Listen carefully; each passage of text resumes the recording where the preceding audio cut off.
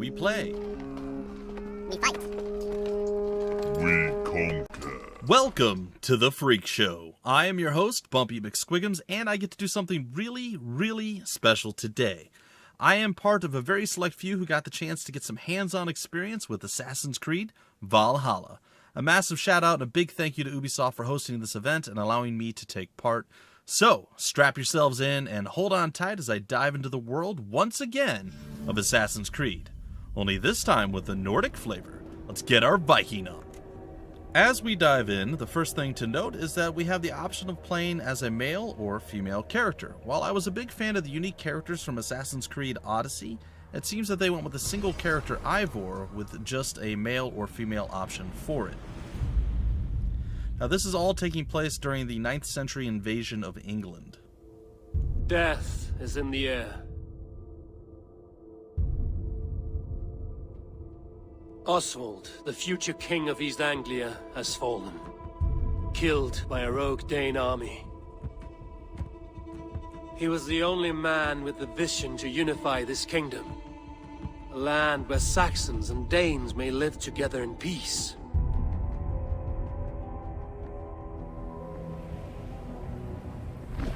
For that vision, we go to war. Back by popular demand is, of course, our horse, so we can get from point A to point B a little bit quicker. As you see here, the world is absolutely gorgeous. The world building from Ubisoft is always top-notch and something I always enjoy. Now, a horse might seem to be not always the best choice, you know, considering there's water all over the place, but guess what? Don't fear, guys and gals. Our horse can swim. Our horse is a good boy. Or girl. And not only that, but say you don't want to swim with your horse across the planet. Guess what? You're a Viking. Of course you have a longship, and you're ready to call it at any point and get your crew to come out and be like, hey, Ivar, what's going on? Hop on. Let's go do some stuff. And that's exactly what we're going to do here.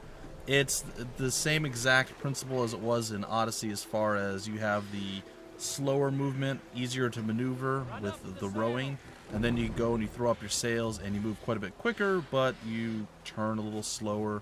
So, you know, it's a little harder to maneuver, but again, you're moving a lot quicker. But if you are wanting your longship to do a little bit more than just travel, you can do that as well, as you can call forth raids on enemy settlements. We'll return to the raiding and the combat in just a little bit. There are side quests all over the place, littered throughout the land, as you would expect if you want to do stuff beyond just the primary main quest, which would be that turquoise little twisty cross thing up there. There's a bunch of them littered all throughout your compass. So this one we're going to be playing Hide and Hunt, or Hide Go Seek as it were. Warrior's game. It is good that you play it. Then play with us. This lot's easy, but you'd be hard to find. Go hide with the others. After the count, I'll seek you out like the mighty wolf Fenrir. Everyone hides while I count down, and after the count, I will seek you out. This is my spot, but we can share.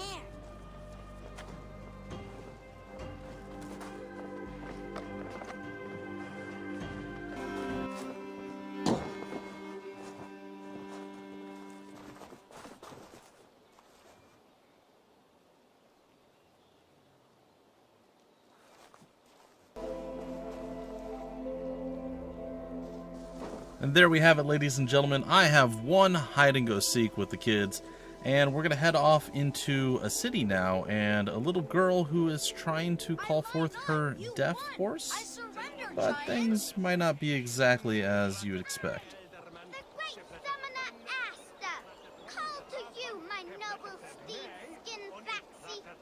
I know you are deaf, but hear me in your soul. That horse can't hear anything. So how did Father do it then? The horse always comes when he summons it. Father was a good horse summoner, I'll have you know. And I'll rise in his stead.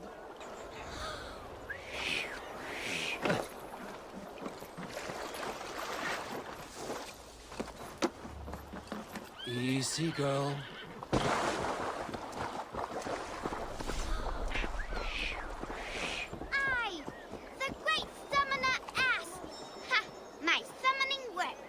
Your horse is a little unsettled, but safe. I, Asta the Great Summoner, thirst of a name, thank ye. Next time, Summon a bridge. If Father was still alive, he would be proud of me. Wouldn't he, Skin Farley? Wait, what did I call you earlier? Well, it looks like we did a good deed. Maybe the horse will have a better life now. Or did we? You little rats! Come back with my horse! Uh-oh, let's go, Skin Farley. Next up, we're gonna help a child reclaim his cat that runs off Handsome on him. cat. Hello, friend of Freya. What's wrong? What's wrong is that lady just steps on the cat. Also, the cat's really loud. So this one's pretty straightforward. Cats are free spirits, aloof and haughty, like the goddess Freya. I know, but ever since old Cotter died, that old sea cat has run wild, scaring the chickens and scratching me. Ah, ship's cats are good luck. Do you need help catching him? Oh, yes, please. Oh, pig poop! He got past me! Gotcha, little mouse biter. Wow! Nolly hasn't let anyone touch him since old Cotter died. But he sure loves you. Do you want to join my crew, Nolly? You would make a fine raider, I think.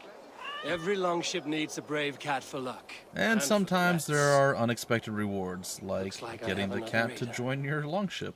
So as with many of the Assassin's Creed games, the city and the whole world is very much a living place.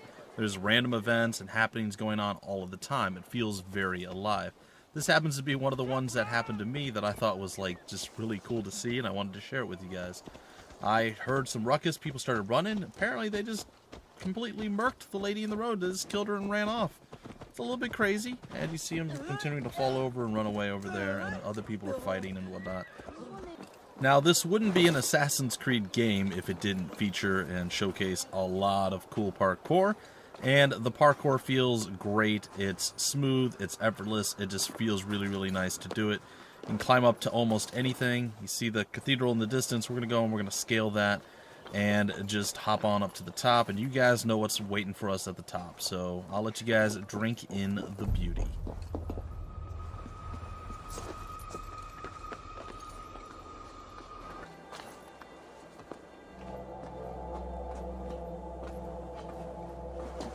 This is always one of my favorite parts of the Assassin's Creed games, is where you get to see the big sweeping landscape and like an entire city and the architecture and everything. Here you get to see little smoke in the distance, knowing that there's like settlements and people there and things to do there. And I decided to throw another one right on top of it just so you guys could see it once again. See that world being built, see that world out there for us to go and grab and enjoy. It is gorgeous. While there are plenty of side quests to do, aside from the main quest, there are also plenty of random encounters to find as well. Here are just a few that I ran into during my time.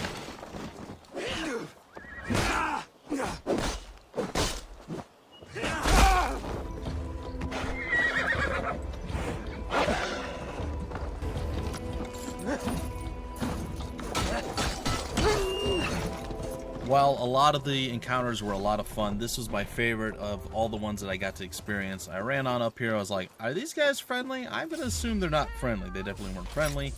They chased me down and they chucked a bomb at me, and I was like, oh, thank goodness it didn't. Oh no, my horse is on fire, no! And I called him over here, and it's just great. This was such a fun little battle, little excursion, little combat, if you will.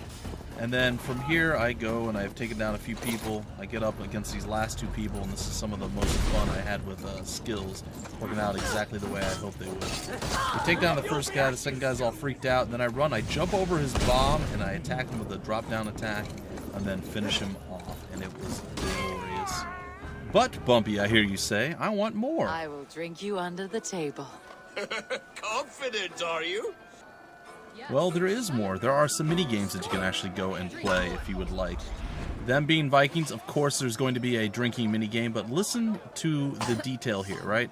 So it's a rhythm game, kind of, but hear how the music starts to distort as you drink more and you get a little bit inebriated. It also throws some other wrenches into the mix by making you sway back and forth as you get closer to the end and you get more and more drunk, so you have to make sure you right yourself, keeping on rhythm and everything else. It's a really, really cool thing that they added, and I enjoyed it a lot. The ale here, it's strong, but I am stronger. But You might be perhaps surprised. you would like to do a Let's duel duel. of To words. all those whom I speak, they say Eivor's a clod. This is a Nordic game called Flighting, which is akin to a Viking rap battle. Then you're speaking to fools and their knowledge is flawed. Well, not bad. They say you're a coward who runs from a fight.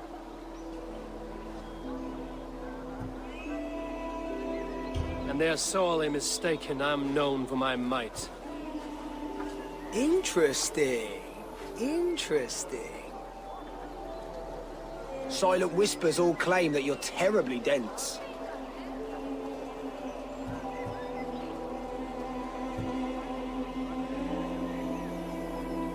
Then you have clearly misheard them. My wit is immense. Oh, you looked out with that one. Now, to me, combat is incredibly important, and we're going to take a look at that right now as I assault Kingsbury. Take a quick pot shot to him, knocking him down off the top there, and then we're going to run in and get into some melee combat. Very bravely attacking him from behind, and kind of getting slapped a little bit while we do so. It's probably fine.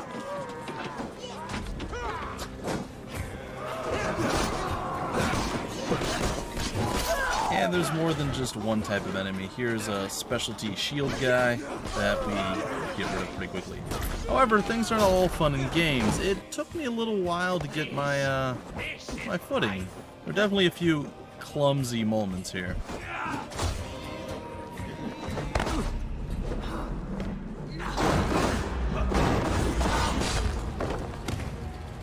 Maybe more than a few.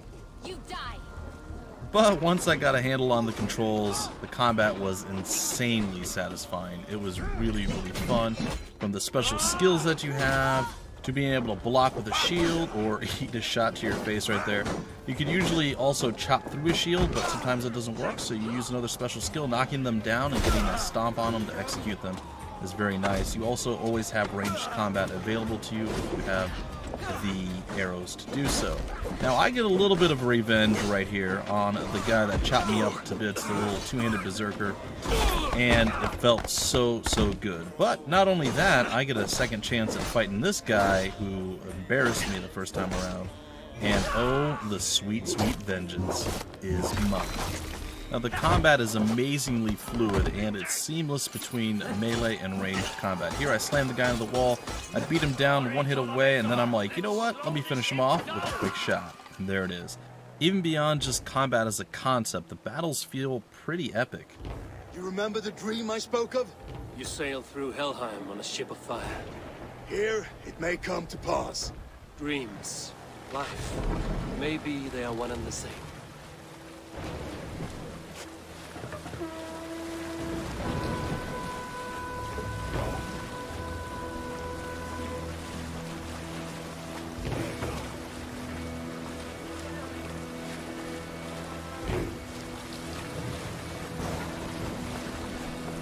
Tonight I ride the flaming sea steed, rushing for the spear den. A watcher alight on water's wake, another glory I will keep.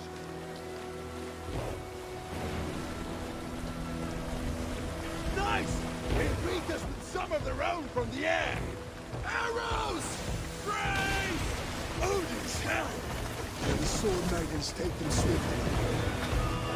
Take cover! Steady your hands! Hold for impact! Hold! Now!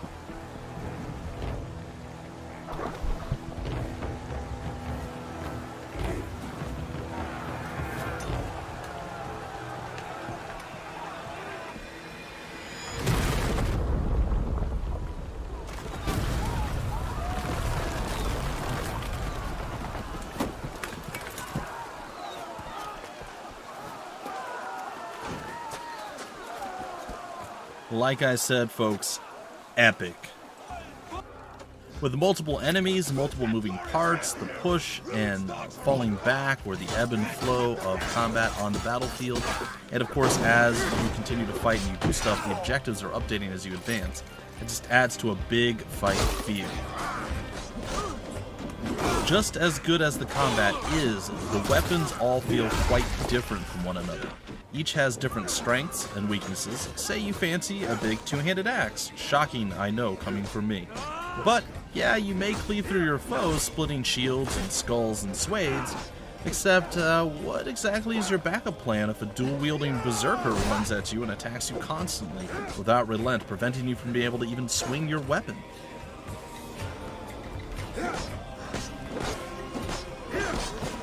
That backup plan is probably death. I'm just saying that it's not going to go well. You die. Maybe you like to hide behind your shield and wait for an opening to attack, playing it safe always. Well, unfortunately, your stamina's not going to hold out forever, and once it goes down, it will kind of leave you more than a little helpless, unfortunately.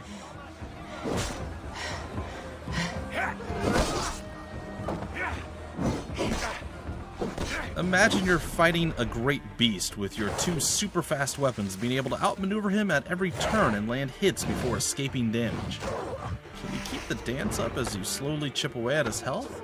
Or will you slip up too many times to survive the fight? It's been so long since I've heard that sweet sound! I had to include his voice with it because it just cracked me up when he started screaming there. It was great. Anyhow, there are a ton of different skills that you can choose from. It looks like there's 3 main branches that you can go. One seems to be a bit more focused on ranged attacks using your bow and arrow and so on and so forth. Another a little bit more focused on stealthy stuff and ninja tactics and like backstabbing and so on and so forth. And the final one, of course, is headbutting stuff in the face until they die, i.e. full-out crazy combat with stomping and all sorts of other things like that. There are several abilities also, which you can have up to 8 of them on your hotkeys to be able to use them at any given time. And of course, Eagle Vision is returned, or in this case, Raven Vision. It allows you to see the scenery and look around and see what's going on, kind of scout some stuff out. And it's exactly what you expect it to be, and it's awesome, and I loves it.